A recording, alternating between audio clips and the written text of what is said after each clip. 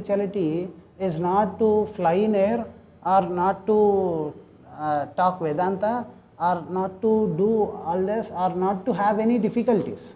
Lot of people pursue spirituality with an aim that they should not. Lot of people also, they also want Adhyatmik Unnati for one reason, thinking that they will not have any problems. Because they see Siddhas or they see people sitting on the stage and talking, and they feel, okay, Adhyatmik people will never have problems, and we want to have Adhyatmik Unnati, so that they have the power to create whatever they want, no? So we can create, when we become Adhyatmik Unnati, finally, we will create lot of money, lot of all good things only for us. For us. I promise you, being Siddha is what I spoke, being free in whatever condition you are, and it absolutely doesn't mean that you can create enough wealth. Seriously. Being Siddha is not having difficulties. If it is so, then Krishna, Lord Krishna, all Siddhas on the planet consider him as the Guru. Krishnam Vande Jagat Gurum, they say. So he is the Guru for every person known, not to you and me. Every Siddha, Lord Krishna is Guru, technically. If you see his life, from the day he is born, he has difficulties. Seriously, from the day he is born. So, people want spirituality to remove their difficulties, no? Then if they refer to the life of Lord Krishna, they will understand the best of the best Siddha on the planet had difficulties from the day one to his death. So, by being a Siddha, your difficulties are compounded, but they are never decreased. Jesus Christ, I think in Matthew, I am not very sure, in Matthew, he says, one who leaves one, I am telling you in simple English, not biblical English, simple, what I understand by that. He says, one who leaves one family for the sake of God can never refrain himself from getting hundreds of families. If at all I leave one family in the name of God, then minimum hundreds of families will come upon me and they get attached to me. Because God always says, for me, you left one family, now I give you 100 families, and 100 people say, Guruji, Babaji, or whatever ji, Parliji these days, Gurujis, Babajis, Swamijis, they become Parlijis. Because chai time, snack time, on the prime time you see them, you enjoy them, you never understand them, you never behave them. You definitely go for them, you definitely spend enough amount of time, you definitely relish the feeling that you are also spiritual. You see, I am also spiritual. And where there is a problem, you refer to your spiritual system. Where there is no problem, you refer to your individual system. Matlab, you are a doctor if you don't have a problem. The moment you have a problem, you become student of a Guruji. And blame the Guruji. Guruji, in spite of me being your Guru student, I am having this trouble. So you are a bad Guruji. Because I am having trouble, you are a bad Guruji. Final. Matlab, who is the boss here? Student. Because he always wants the service of Guruji so that the student is never in trouble. So, who is serving Guruji? Who is getting served? In olden days, Shishyas used to serve. These days, that is the reason why I call these days myself before my students Parliji, because it's a tea time snack. You enjoy there, you relish it, you don't actually carry it. That's not your staple food. I am not a brand ambassador for Parliji, but that's how I explain it. Guruji, finally you make him Parliji. Whenever you want, you taste it with tea and leave it. Seriously. You are served 5 biscuits, you don't eat all 5 generally. You eat 3 or 4 and leave the rest, no? In the same fashion. You come to him, understand what you want, never really understand what he wants you to understand, never really practice or implement what he really wants you to implement, but you only take the extracts of his talk or his meditation to make your life peaceful according to your own fashion, which according to me or according to you is not freedom. Your subconscious self will not consider it freedom, but you want freedom and Adhyatmik Unnati. That is how it happens, yes or no? No, it doesn't happen the same way. All people go to Guruji and behave the same way. And that is the reason why they keep repeating, going to Guruji, going to Guruji, going to Guruji, going to Guruji. And they go to Guruji so much, the Guruji starts individually identifying each one of them. No, I know you, even in 1,000 faces. Finally, the Guruji becomes the greatest Guruji because he has 1,000 faces looking at him. He recognizing everything, but none understanding what is the subject. The geometrical center of the triangle called Guruji, Shishyaji and process of training is lost. Shishyaji always remains Shishyaji. Coming to Guruji, coming to Guruji, coming to Guruji. Shishyaji, Guruji always remains Guruji. Trying to explain, trying to explain, trying to explain. Neither the student walks up to the extent of understanding the principle, neither the Guru goes up to the level of making the student understand. It's just two magnetic poles which come near enough but distant enough to be separate.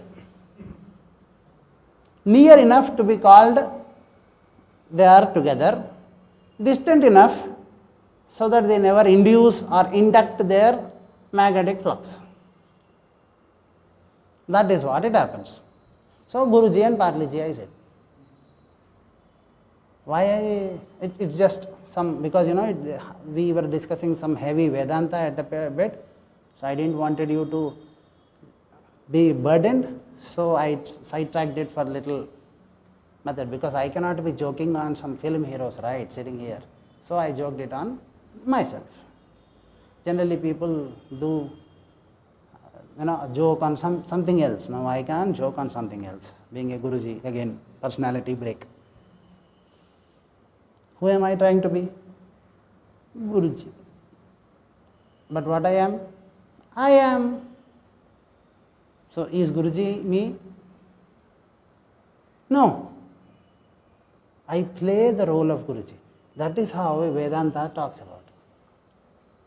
You see, the beauty is, you are a father, but when you go to office, you become a father and think like a father how to behave. You mix your personalities, so you cannot be. For example, you go to the office and show the tension that you had, or the fight, the result of or the irritation that you had with your wife onto your colleagues generally. At least, not you maybe, but 80% of the people do show or not. Yes or no? The point I am trying to tell you is, my friend always used to say, the stress in life develops 6:30 a.m. in the morning. Because for a general corporate person, he generally, wakes up 6:15. The stress in life, whether he will be able to attend to his natural calls properly or not, is a big stress, first starting stress point. The stress in life starts with the natural calls. The stress in life continues with finding his razor properly. Now, unfortunately, your kid has been into your bathroom, he displays the razor at a wrong place. The stress in life starts with finding where the razor is. The stress in life continues with completing the bath at a proper time, coming to the breakfast table at the right time. The stress in life continues from there. Any minor deviation in the natural process is a huge volcano of stress. Yes or no? 2 minutes delay from getting out of home to the work is a huge stress volcano, which might even end up as an accident, which you might even bang at your office clerk or receptionist, which you show this anger there. Yes or no? So the stress is a continuous process which starts at 6:30 in the morning. So where is stress-free life in life? Even if you go to stress-free seminar, problem is stress management seminar, you go there and you manage the stress because it is inevitable that you will have stress, but in doing management of the stress you develop stress. Yes or no? Yes. Managing stress is a huge stressful thing because managing stress needs a lot of thought provoking, or it's a thought churning process. Out of so much thought alone, you apply how to de-stress yourself. But by the time you put all that thought into that de-stressing program, you develop enough stress. But what is exactly stress-free management is understanding the niceties of the personalities, and as, for example, a movie character, Amitabh Bachchan, Shah Rukh Khan or somebody, they say on the set they play a character.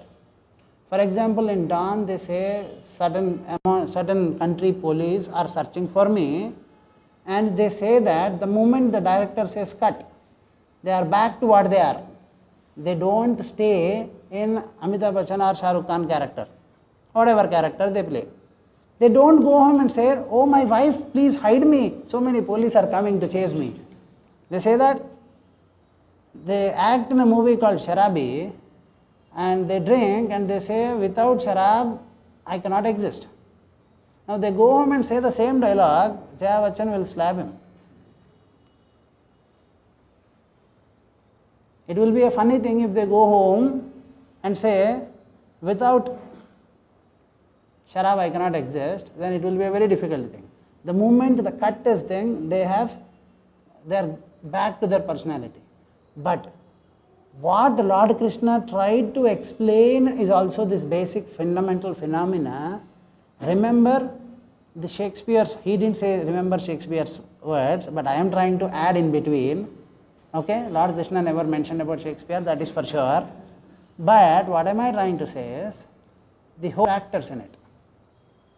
But understanding the role of each and trying to disown yourself from each role alone, the practice of this alone will free your mind completely, and this can only happen when you only contemplate upon your own self. When you contemplate upon other influencing factors, as long as the mind is going outward, I'm talking to you, you are listening, the triangle is outward triangle. So there are collateral triangles of analyzing, criticizing and comparing it with your previous knowledge. If at all, if the triangle is inverted and it is Siddha Sanmarga, yesterday also I explained you the meaning of the Siddha and Sanmarga. Siddha is alert awareness, perfect alert awareness of the being of I am within you. Sanmarga is a straight, simple method which makes you be that. Siddha Sanmarga, the perfect right, it can only be a perfect righteous way, Sanmarga, if it is straight and simple. What is the straight and simple method to be aware about yourself? Is to contemplate upon yourself. That is the straight method. Siddha Sanmarga, Siddha is what I explained. Alert awareness of your self-being. Being alert of your being, I am. Awareness. Sanmarga is a straight and simple path which makes you be the Siddha, which makes you be as that alert aware I am. Now what is the straight simple path is to contemplate upon your own self, because to be your being, to be aware of your being, what you should do is just be aware, don't do anything. Contemplate. Yes or no? Contemplate on. Yesterday in mass karmic healing also we did the same. Now, how many of you are ready to take it one step further? Only 1%, 2%, 3%? Now everybody? Now are we ready to take it one step further? Now you understand finally the main process is the easy Sanmarga to make your mind free is to contemplate upon your own self. But here again, contemplating people misunderstand as concentrating, and they concentrate either on their breath or on their nose or on their heart, someplace. Don't concentrate, contemplate. How contemplation will come without concentration is the question again. Yes or no? Just to feel yourself. The root of contemplation, what is contemplation? You feeling yourself is also can be called contemplation upon yourself. Yes or no? So, simple, you close your eyes all through the meditation in Siddha Sanmarga. For the 4 days, the Maha Shodashi Sri Vidya Sadhana, what I will be. And moreover, Sri Vidya Sadhana people consider as a meditation process about a Tantra science which constitutes or which involves a Sri Yantra, and they take the Sri Yantra and say science or method or mantra reciting or mantra chanting or a procedure to pray or to articulate with this Sri Chakra is Sri Vidya Sadhana. Remember, the Sri Chakra has a square to it in the beginning, circles after the square, and so many triangles and a bindu to it.